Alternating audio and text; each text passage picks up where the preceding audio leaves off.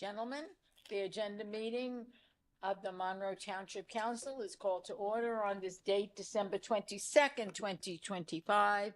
Would you all please rise as we honor our flag? Pledge allegiance to the flag of the United States of America and to the republic for which it stands, one nation, under God, indivisible, with liberty and justice for all.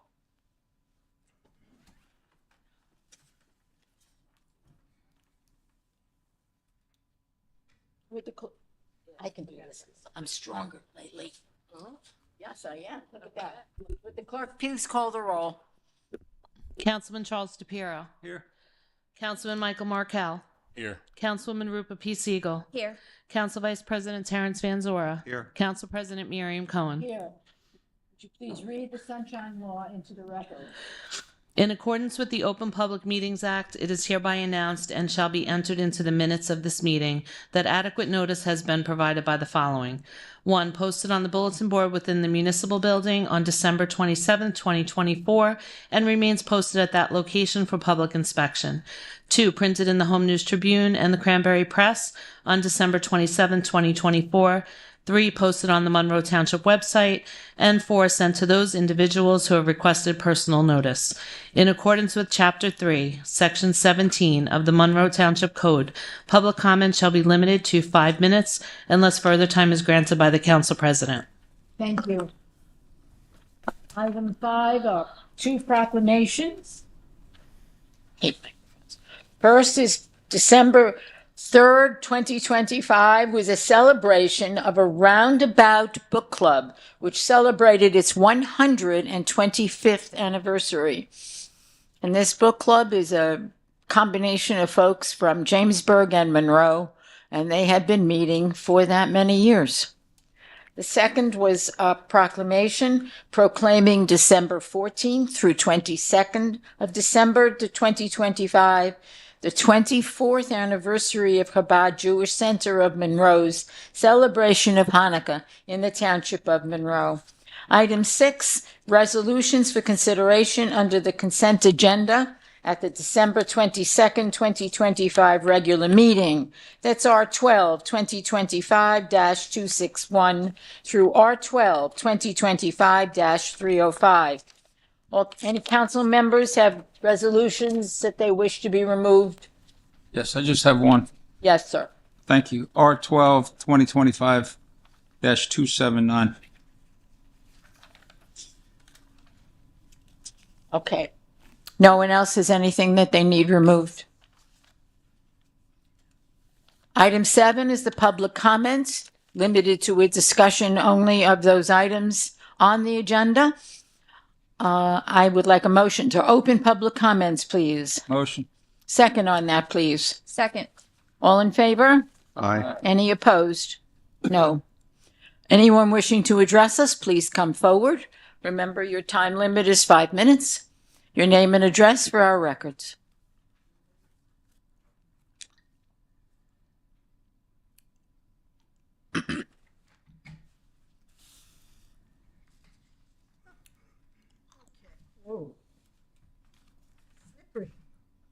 And cold.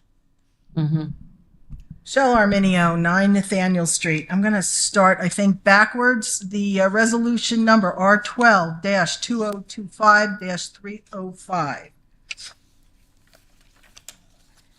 Talks about the fair housing and ratifying a settlement. I thought we had. What is the ratification and what is the change in settlement? So there are 2 parts to the settlement. The first settlement, it was settling on a number. This is the compliance mechanism. So the number hasn't changed since? Number does not change. This is just how we're going to meet that number. Okay. If you see the agreement that's online, it's a recap of the second and third round, and it shows what the 4th round mechanisms are. Okay, I understand that, if my numbers are correct, we have a total of, that we still are obligated, 2,489 with all of the rounds combined. No, we're only dealing with the 4th round. All of those other units are already subsumed in the second and third round obligations. Okay, so what is the total on this one? It doesn't- 354 affordable units and 110 credits. 110, and that's the same from when we got the reduction. Yes, ma'am. So the state had given us something like 400 and something on that No, round. the state number was actually, Kevin might know it off the top of your The head. state originally recommended 751. 751.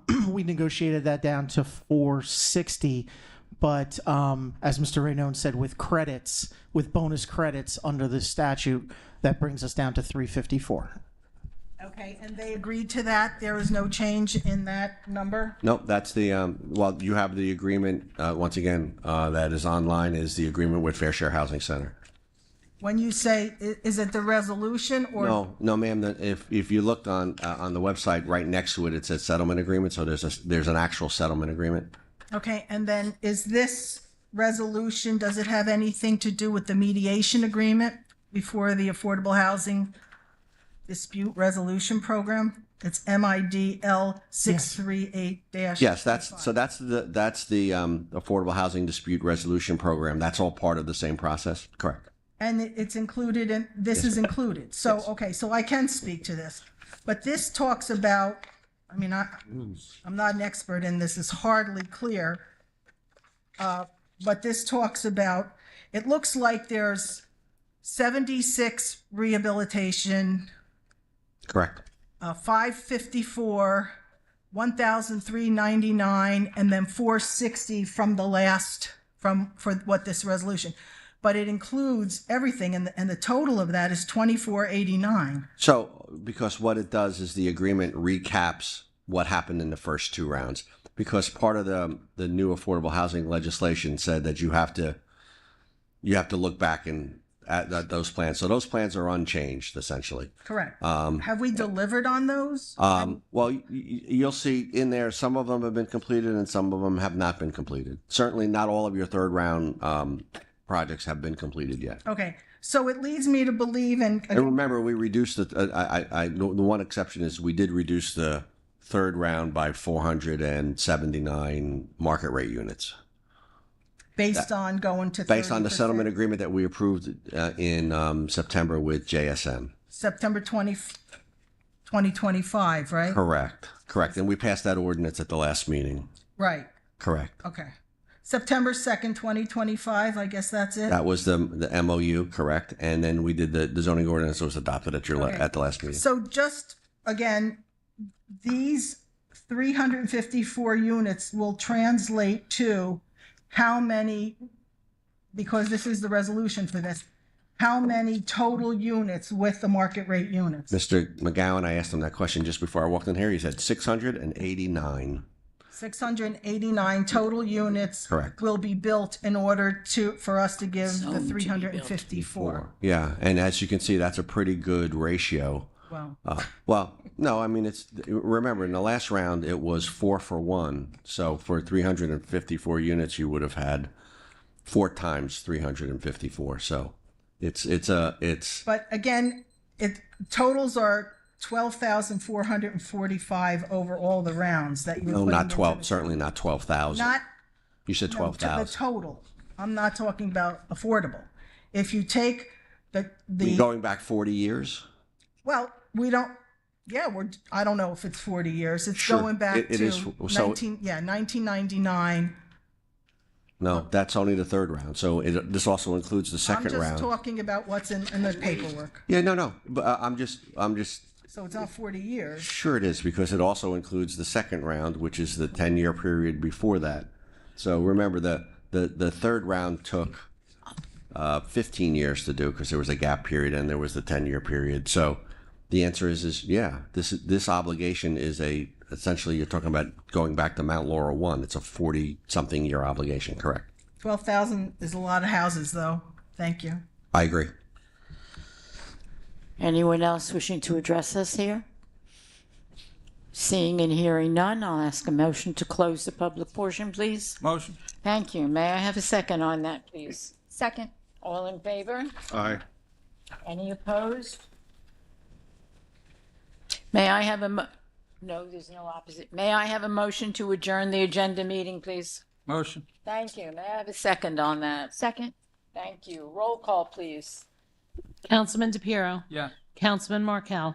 Yes. Councilwoman Siegel. Yes. Council Vice President Van Zora. Yes. Council President Cohen. Yes. Meeting is adjourned. The time is 6:41. very good. Going to call the regular meeting call to order. Motion, please. Motion. Thank you. Second on that. Second. Roll call.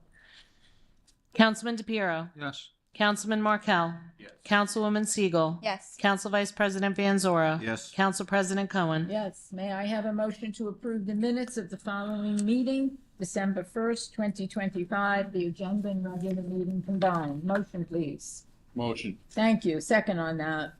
Second. Thank you. Roll call. Councilman DePiero. Abstain. Councilman Markel. Yes. Councilwoman Siegel. Yes. Council Vice President Van Zora. Yes. Council President Cohen. Yes. Motion carries. Thank you. Item 4, resolutions for consideration. Oh, sorry. Motion to approve the payments of claims for the run date of December 17th, 2025. A motion on that, please. Motion. Thank you. A second on that. Second. Thank you. Again, roll call. Councilman DePiero. Yes. Councilman Markel.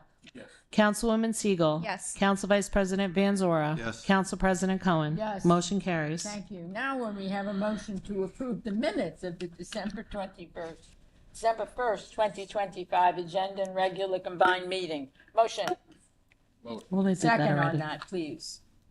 This, we're done with that. I thought we already did that. Oh, we did that. I'm sorry. I lost my place. Apologize. I'm gonna We read move that. to resolution for Thanks. consideration under the consent agenda. Would the clerk please read the numbers, and the one abstentions will be voted on separately. Resolutions R12 2025 261 through R12 2025 305, with the exception of R12 2025 279, which will be voted on separately. Motion, please. So moved. Thank you. Second on that. Second. Vote on that, please. Councilman DePiero. Yes. Councilman Markel. Yes. Councilwoman Siegel. Yes. Council Vice President Van Zora. Yes. Council President Cohen. Yes. Motion carries. Moving to the next one, please. Resolution R12 2025 279. Motion. Motion. Second. Second. Roll call, please. Councilman DePiero. Abstain. Councilman Markel. Yes. Councilwoman Siegel. Yes. Council Vice President Van Zora. Yes. Council President Cohen. Yes. Motion carries.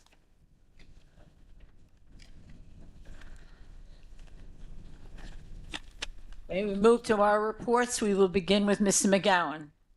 Thank you, Council President. I'll be very brief tonight. I just first want to recognize and thank our DPW, Parks Department, and MTUD for all the great hard work and assistance they provided during the last snowstorm. It's not easy to be out in those conditions, and they did a great job. As well to MTUD personnel who were out over this past weekend in very cold conditions dealing with a project. So much appreciated to those departments. And just a Merry Christmas and Happy New Year to the Council. Thanks. Thank you. Engineers report, please. Mr. Rathmowitz. Sure. Thank you, Council President. I'll be brief as well. The cold weather has impacted, progress on some of our projects. However, the James Monroe Park concession stand work still continues there. They're working inside the building. And that's my report. Thank you. Council reports. I will begin on my extreme right. Councilman DePiero. Thank you. I just wanted to ask a question in reference to JCP&L. Did we ever get a proposal on the street lighting that we talked about this year? So, Council President, Yes, please. we received a report based on the streetlight outages that we provided to JCP&L. We provided a report of 250 lights. They repaired all but 70, and I'm still waiting on a report for the last 70. There were deeper issues in terms of needing to bring in different contractors to deal with faults in the ground. So not a light bulb issue essentially, but a little more involved than that. I am also expecting, hopefully before the end of the year, if not not at the very beginning of January, a full report from JCP&L regarding recent power outages that we've had that the mayor had asked for. And a representative from JCP&L has offered to be here at a council meeting in the early part of 2026 to answer any further questions and explain that. So that's all the update that I have from JCP&L. Might need armor. Okay, so we don't have a proposal to make a transfer to LED street lighting yet? I do not have that proposal yet, Council Okay. President. All right, thank you. The past couple of weeks, we've been getting some complaints about discoloring water, brown, yellow, discolored. I know we did receive a Nixle over the weekend. Did we find out what the problem was, and is it resolved? Council President, yes, please. as we posted to our website, we MTUD did a great job. They did identify the issue in terms of an unauthorized use of a fire hydrant up in the venue community. The issue has been identified and resolved. It took some time over the weekend to flush out that discolored water. Joe can get into any more detail if you'd like, but we know that the water was safe. It just needed to work its way through the system, and it needed our personnel to help flush it out. So as of yesterday, actually, that issue had been resolved. Thank you. I also wanted to say thank you to DPW and MTUD and everyone that did the snow. It's not easy because as soon as you see the snow, everybody wants to see the blacktop and the sidewalks right after it. So it's not. As the temperatures drop, it gets to be a little tiresome to stay out there and to continue to keep our roads safe. And I just wanted to say thank you for the crews and staff that was out there. Guardrail. I know we have a list of guardrail, Federal Road, Prineville Road, Applegarth Road. There's spots of gravel. There's so many roads.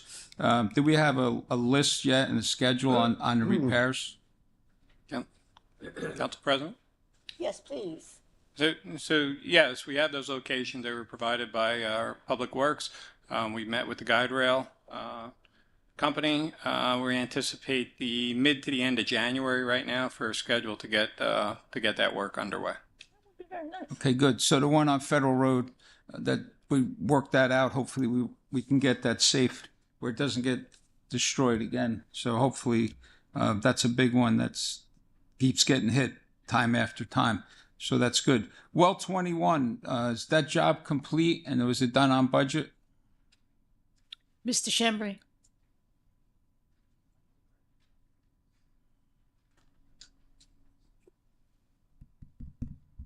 Yes. That's as simple as it gets. So that's perfect, Joe. That's perfect. Thank you for getting. I know it wasn't easy. You were dealing with 4 or 5 different contractors, so thank you for getting it done, and thank you for getting it done on budget. 522, water tower. Are we going to be painting and refurbishing that through the winter, or are we going to wait till spring?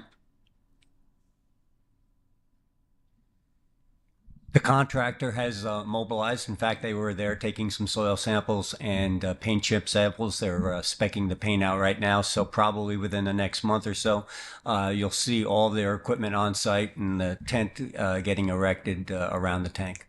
That's good because there won't be a big draw for the water supply. So that's good time to shut it down. Joe, one more question, or Please, Council President. Fence, pump station 10. Do we have any idea when we're going to be putting our fence around pump station 10?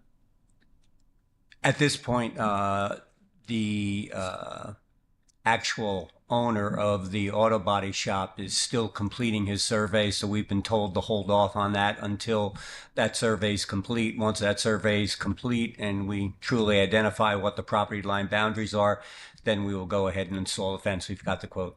Okay, thank you. And a lot of us participated with the car parade, the tree lighting at the rec center. Everything went well. The weather was good. A good amount of cars, over 30 cars. And I just wanted to say thank you to the rec department, Station 51, our police, and everybody that made that happen. And I just want to say happy holidays, Merry Christmas, and Happy New Year to all. Thank you. Thank you. Mr. Markel, going in order, please. Yes, I just wanted to mention one thing. I've been getting numerous calls. It's off, Mike. Into the microphone. Mike. Sorry, I've been getting numerous calls about the anchor checks going out in New Jersey. Numerous calls because a lot of people haven't received their check. I spoke with the New Jersey Treasury, and they said to tell everybody that it's a 30-day processing from the time they get it. So a lot of people sent their applications in October 30th, right before the deadline. So I just wanted to say they will get their checks. They can check on the New Jersey Treasury website. There's a status link where you can put in your social and you can see where they are with your application. I want to wish everybody a Merry Christmas and what's remaining of Hanukkah, Happy New Year, and that's about it. Thank you. Thank you, Council President. Good evening, everyone. Just a few things. I wanted to just say thank you to DPW and MTUD for all their work. As Mr. McGowan and Councilman DePiero had mentioned earlier, it's a big town and it was a big storm. So we thank you for all your hard work around the clock. And, you know, it's year end, and sometimes we reflect on the year that's going and the year that's coming up. And just want to mention a few things that were top of mind to recognize and acknowledge some of the accomplishments. But this year we did a lot of expansions in our parks and recreation area through the master plan process, improvements at JMP. We have the new walking trail, Tranquility Trail, and our new pickleball courts that are coming to the senior center.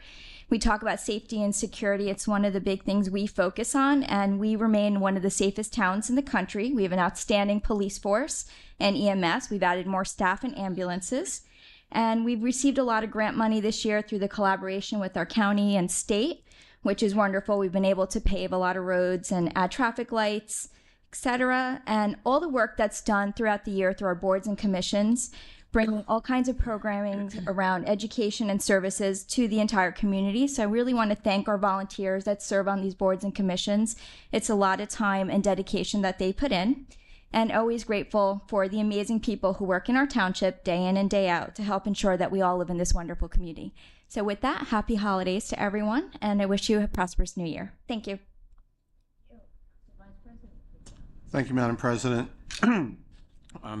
As we approach the end of 2025, I couldn't help look around, but a lot of things that went on this year. We had a lot of issues with floods and fires around the country, some mass shootings and other killings, and I also, like the last few weeks, been sort of fighting a cold, so it kind of helps you put things in perspective and appreciate all the good things that you have. When you have your health, you live in a great town like we live in, and you have family and friends and things of that nature, and knowing that you could go outside and feel safe where you are and where you live, it just gives you a good feeling, and it's nice to know, and it's just nice to appreciate those people that are out there that are helping us live our lives when a lot of other people have been going through a lot of struggles during the year. So as we reach the end of the year, whatever we happen to celebrate, whether it was Diwali, the end of Hanukkah coming now, Christmas, Kwanzaa's coming, whatever we celebrate, wish everyone happy holidays and a great new year coming up. So thank you for everything. Thank you. Mayor, can't top last week. Thank you, Madam Council President. Just 3 items. So obviously to the stalwart citizens who are here, I please invite you to take a look at the tree on your way out. To anyone listening through YouTube or whatever, any of that social media stuff, please stop by Town Hall, take a look at the tree out front in the foyer. That's Miss Visaki's middle school class has decorated that tree for America's 250th birthday. And that's part of a Revolutionary Communities program in which her class is participating in. So I recommend that you come and take a look at that. 250, the celebration is just around the corner. And briefly, just want to send thank yous out to DPW, our police, And obviously, the schools are all the nurses who participated in the Mayor's Toy Drive, to all of the organizations and the people who donated. This past week, went out with the police and DPW and delivered toys and gift cards to 66 families and 188 children to make their holiday bright. And with that being said, may your holiday be bright, Merry Christmas, Happy New Year, and be safe. Thank you. We're going to open for public comments. May I have a motion to do that, please? Motion. Thank you. May I have a second? Second. Thank you. All in favor? Aye. Any opposed? Motion carried. Anyone wishing to address us, please come forward now.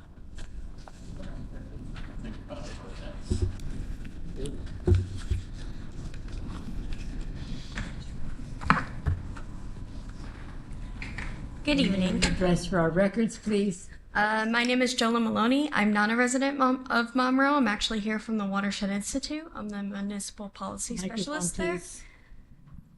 When you're ready. So I'm here tonight to talk to you about the Upper Millstone Watershed Regional Approach to help the town meet the Watershed Improvement Plan requirements, which is part of the MS4 permit. I hope that the Township Council can take the information shared here and discuss Monroe's participation in the regional approach for the Upper Millstone. So the Watershed Institute has been promoting working on a regional basis for the Watershed Assessment Report, which is phase 2 of the Watershed Improvement Plan. Again, the Watershed Improvement Plan is part of the requirements for the MS4 permit. The Watershed Assessment Report is due at the end of December of 2026, and currently there are 3 regional approaches in progress: the Lower Millstone, the Stony Brook, and the Assunpink. We believe that when it comes to this watershed assessment report, that working with your neighboring towns in the watershed leads to better and smarter solutions and plans for the entire watershed, which also may be cost effective for the towns in the long run. And Monroe is part of one of those watersheds that we are working with, the Upper Millstone. We recently held an Upper Millstone regional meeting, I believe last week, where we reviewed proposals from 2 consultants, One Water and Princeton Hydro, for the proposed work in the Upper Millstone watershed. So for Monroe's participation, if they choose to participate in the Upper Millstone regional approach, the cost may range from $39,891 to $59,618. The range is dependent on whether the group decides to do water quality monitoring to better inform the preparation of the plan. It also assumes that all towns are participating in the plan. The Watershed Institute is currently looking for funding sources for the Upper Millstone. That being said, we are holding the next Upper Millstone meeting coming at the end of January. There will be more details to come when the date is finalized. We will be discussing who is participating in the regional approach for the Upper Millstone, as the war is due at the end of December 2026. So at the January meeting, we hope that municipalities will decide whether they are participating in the regional approach, as there needs to be sufficient time for the consultant to prepare the plan and create the plan. And I am here to extend the invitation to Monroe to come to the January meeting for the Upper Millstone. And the Watershed Institute is also more than happy to sit down with Monroe and go more in detail about the regional approaches, what is currently happening in the Upper Millstone regional approaches, as well as Monroe's part in that regional approach. Thank you very much for your comment. You're welcome. Thank you. Thank you.